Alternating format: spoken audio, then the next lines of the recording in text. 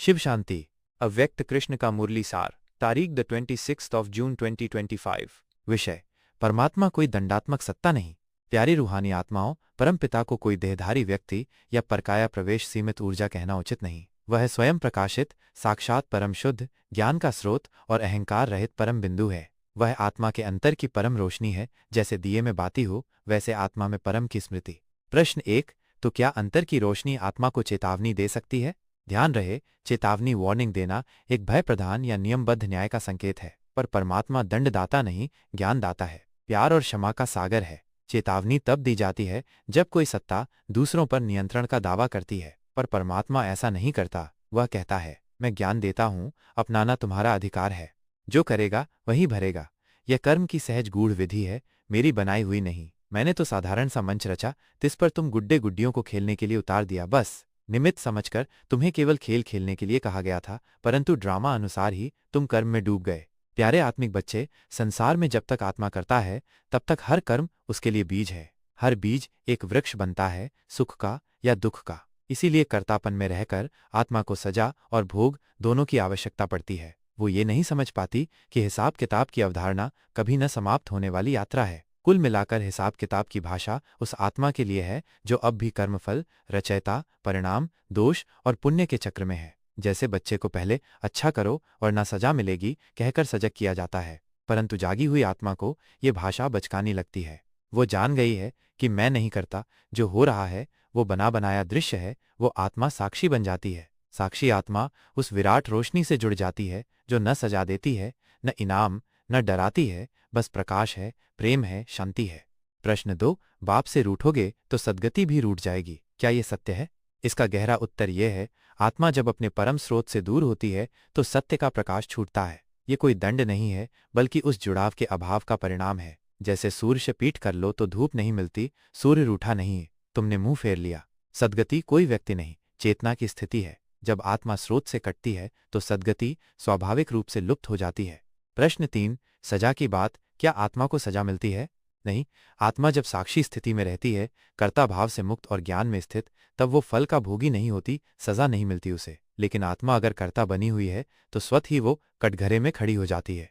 कर्तापन से मुक्त वह जानती है कि जो भी हुआ वह ड्रामा था, मैं उसका दर्शक था। कर्मों का लेप नहीं, जो गंगा में स्नान कर साक्षी बना उसके वस्त्र भीगते नहीं। वैसे ही साक्षी आत्मा पर कोई लेप नहीं चढ़ता। हिसाब किताब से पार यह अवस्था वहां से शुरू होती है जहां पछतावा खत्म होता है और स्वीकार भाव जन्म लेता है। लीला भाव में स्थित जो सबको अभिनेता मान ले और मंच को दृश्यपट, वो आत्मा हर कर्म को लीला समझती है। अव्यक्त कृष्ण पूछते हैं, क्या तुम अब भी कर्म को मेरा कहकर उसे भोग रहे हो, या उसे ड्रामा का एक सीन मानकर मुस्कुरा रहे हो? यदि तुम्हारी आंखों में कोई जुर्म है तो उसका सजा भाव तुम्हारा पीछा करेगा, पर यदि तुमने उसे हुआ तो हुआ सो भी ड्रामा मान लिया तो सजा नहीं, सिर्फ समर्पण और शांति ही शेष रह जाएगी। प्रश्न 4, अगर सब कुछ ड्रामा है तो सावधान रहने की जरूरत क्यों? उत्तर, ड्रामा जान लेने से आत्मा डर से नहीं, जागृति से कर्म करती है, जिसे साक्षी दृष्टा कहा गया है। अब वो परिणाम के लिए नहीं, प्रकाश के लिए अकर्म करती है। गीत मुरली के भावों पर एक बिल्कुल नया गीत या भजन लिखा जा सकता है जो कहे, ना मैं करता, ना मुझ पर कुछ होता, मैं हूं वो जो दृश्य को देखता, हंसता, नाचता और पार हो जाता। इस अत्यंत गूढ़ और निर्विकारी विषय कर्ता से साक्षी और साक्षी से लीलामय अवस्था तक की यात्रा पर जो आत्मा कर्म के फल, भोग, सजा आदि से परे हो गई है और बनी बनाई फिक्स ड्रामा में टिक गई है, ऐसे भावों को सुंदरता से प्रतिबिंबित करने वाला फिल्मी गीत चुनना कठिन है। फिर भी एक गीत बज उठा, ये कौन चित्रकार है? फिल्म बूंद जो बन गई मोती। यह गीत बनी बनाई सृष्टि की महिमा करता है, देख तेरा संसार की हालत क्या हो गई भगवान। पर जब इस गीत को आत्मा लीला भाव से देखे तो वह कह सकती है, हाँ, सब दृश्य उसी चित्रकार के हैं, मैं बस दृष्टा हूं। आज का अभ्यास, हर घटना पर रुककर 2 सेकंड विचार करें, क्या मैं इसे अहं से देख रहा हूं या साक्षी से? हर प्रतिक्रिया से पहले एक गहरी श्वास लें और मन से कहें, मैं नहीं करता, यह दृश्य बस चल रहा है। स्मृति वाक्य, साक्षी आत्मा वह है जो सृष्टि को देखती है, सृजन नहीं करती। आज की वरदान वाणी, बनी बनाई में टिके हुए आत्मा को कर्म, भोग, दोष, परिणाम कुछ भी छू नहीं सकता। वो लीलामय ब्राह्मण, शांतिदूत और आत्मप्रकाश स्वरूप है। निष्कर्ष, परमात्मा कोई दंडात्मक सत्ता नहीं, वो बस स्रोत है, साक्षी है, संबल है। चेतावनी देना उसका कार्य नहीं, वो हमें प्रेम पूर्वक स्मृति दिलाता है, बेटे, मुझसे न जुड़ोगे तो स्वयं अपने कर्मों से उलझ जाओगे। मैं बचा नहीं सकता जब तुम स्वयं अपने विकारों के पक्ष में खड़े हो जाओ। तुम भी गलत नहीं हो, इसके बावजूद तुम विजय पंक्ति में खड़े हो सकते हो अगर अपने हर कर्म को, चाहे वो कैसा भी हो, साक्षी रूप से देखने की वीरता तुम्हें हासिल ही जाए। अंतिम पंक्तियां।